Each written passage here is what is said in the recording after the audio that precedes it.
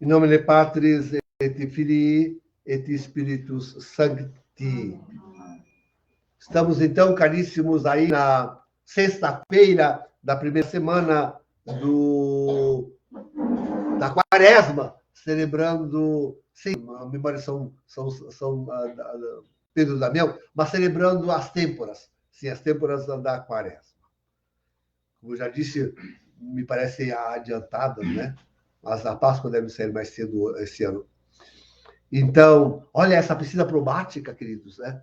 Foi recentemente, ainda agora, descoberta em escavações recentes, descobriram a piscina probática, assim como está descrita aí, com os 5 pórticos, etc., coisa e tal. Bem assim, descobriram a tal de piscina. Vejam, deixe-me como que brincar um pouco. Não, o Evangelho claro, o episódio é bem longo. João trata aquilo minuciosamente. Mas nós vamos na abreviatura, no texto como está na missa. Vamos examiná-lo assim mesmo. Então, né? Curto, de forma curta. E essa forma breve termina com esse homem indo denunciar Jesus aos escribas, aos fariseus, denunciar? Seria isso que ele foi fazer? Ou teria ido todo alegre anunciar Jesus na esperança da conversão daqueles homens? Quer dizer, resta a quem lê só até aqui o texto, parece que resta uma legítima dúvida, né? Ele sabia com certeza que... Bom, não sei se a gente pode ter tanta certeza assim, né? Mas que Jesus era odiado pelos fariseus, né? Bom, sabia que era um dia de sábado, que não devia fazer cura, não devia nesse dia, né? O ânimo dos fariseus ao interrogá-lo a primeira vez não devia ser muito amigável, ele devia saber disso. Eles não gostaram. Deviam saber que a notícia, eles não tinham gostado da notícia da sua cura. Com certeza. Então, bom, aí eu já vou avançar agora no texto, né? Ele mesmo não tinha muita certeza de quem era Jesus a essas alturas ainda, como se mostraria no texto, na sequência do texto. De qualquer forma, a pergunta me parece legítima. O que foi fazer? Por que foi contar a esse homem, foi contar aos chefes a sua cura? Talvez por um dever religioso. Né? Talvez essa que seja a feita interpretação. Ele devia dar uma justificativa por preceito religioso aos chefes, aos sacerdotes. Então, foi contar. Né? Nós temos aquele texto de Jesus que cura os leprosos. Mas leprosos é outra doença, né? Tirava da convivência social e por isso devia apresentar-se ao sacerdote. Aqui não é a mesma coisa. De qualquer forma, a gente podia pensar talvez nisto. Que ânimo tinha este homem ao ir dizer quem o havia curado? Vejam, queridos, a advertência de Ezequiel, na primeira leitura, é forte. Quebra, na verdade, uma tradição teológica. Né? A primeira leitura é de quebra de uma tradição teológica, porque tinha surgido aí uma teologia de que o pecado dos pais refletia nos filhos. Nós vemos isso ainda no Evangelho. Aquela pergunta que alguém fez para Jesus um dia: quem pecou? É os seus pais ou ele? Porque nasceu cego. Quem pecou? Os seus pais ou ele? Então havia essa coisa que hoje ainda não acontece, né? De pensar que, né, o pecado dos pais bom, algum reflexo nos filhos a ver. Mas não de condenação, não assim de condenação. Tem cada um. Essa é a nova teologia que Ezequiel apresenta. Cada um é responsabilizado pelas suas próprias ações. Por mais que os pais influenciem, por mais que a sociedade nos influencie, por mais que a comunidade nos influencie, cada um é, diante de Deus, pelas próprias ações. Nós podíamos nos perguntar, afinal, hoje, pode haver ainda dúvida e ambiguidade, por exemplo, nos católicos que não reconhecem quem é Francisco, que, sempre digo assim, que pelo menos não reconhecem que ele é um mau papa. Pode haver responsabilidade, né, nestes? Qual é a intenção deles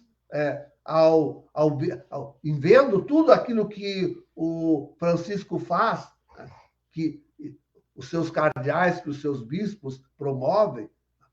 Qual é a posição de um paroquiano que vê que o seu pároco promove a bênção de homossexuais? Qual é a posição de um paroquiano que vê que o seu pároco está dando a bênção a casais irregulares e depois, com certeza, admitindo-os à mesa da comunhão? Qual é a posição? Se ele continua indo na missa, o Nacum, se ele continua indo, como se nada estivesse acontecendo na igreja, como se Francisco fosse, de fato, o melhor dos papas, e há quem o diga, o melhor de todos os papas já havidos. Há muitos que o dizem. Sim, há quem o diz isso. Há quem diz isso. E se esse paroquiano, desprezando completamente a adesão do seu pároco à fiducia supplicans, continua simplesmente indo lá na paróquia porque não pode se separar de Jesus na Eucaristia. Que piedoso, né? Que piedoso. Então, que responsabilidade terá esta pessoa? A que motivação ele continua teimosamente na contra-igreja? Que responsabilidade deve lhe ser cometida aquele fiel que vê o seu pároco completamente modernizado e inclusive fazendo um gesto estúpido para alguém que vai comungar de joelhos e perseguindo a igreja, a missa tridentina de um padre que pede para ele para poder celebrar na paróquia. E admite no altar lá tudo quanto é... Na minha catedral em Porto Alegre, um dia Pedro Regis pediu para ir lá fazer uma palestra e rezar conosco, eu ia nos encontros do Pedro Regis. E o bispo, não, o senhor não pode entrar aqui. Não passou uma semana, o padre estava lá com os espíritas e não sei o que, mas tudo no altar da catedral. Esses podem. Aqueles podem. E quem vê todos esses absurdos sendo cometidos hoje largamente na igreja, que consciência tem, que fazem? O que estão assumindo? Não estão eles assumindo o pecado desta geração maldita? Desta contra-igreja? Desses padres que estão completamente perdidos, totalmente abandonados a essa modernização da igreja? Que responsabilidade lhes cabe? Ao simples fiel, que vê tudo isso acontecendo com o seu pároco e não se move, não quer saber de sinais dos tempos, de profecias, de nada, não lhe importa. A maioria completamente entregue simplesmente a sua vida, a salvar a sua vida na sociedade moderna, a sua vida econômica, a sua vida laboral, a sua vida social, a sua vida... preocupados tão somente em salvar esses aspectos da sua vida, nem se dão, vão lá, nem se dão. Então, queridos, sobre nós pesa fortemente, fortemente pesa sobre, quanto mais sobre nossa geração, que está dando claramente, mas quem é que pode dizer que essas instituições internacionais, cujos nomes não é bom eu dizer aqui para que o meu estão agindo em boa consciência quando promovem o que promove, a morte que promove. A morte que promove. Essas instituições internacionais que promovem a falência do agronegócio, das firmas, das indústrias, do capitalismo. A falência do capitalismo se promove, a falência do capitalismo se promove, a falência das nações se promove, e não vê nada, e não diz nada, e não percebe nada, e quer seguir com a sua vida normal. Quer seguir simplesmente com a sua vida normal. Responsabilidade, queridos, de cada um. Deus tenha piedade desta pobre geração. Uns poucos, vós, uns poucos, se acordaram disso tudo,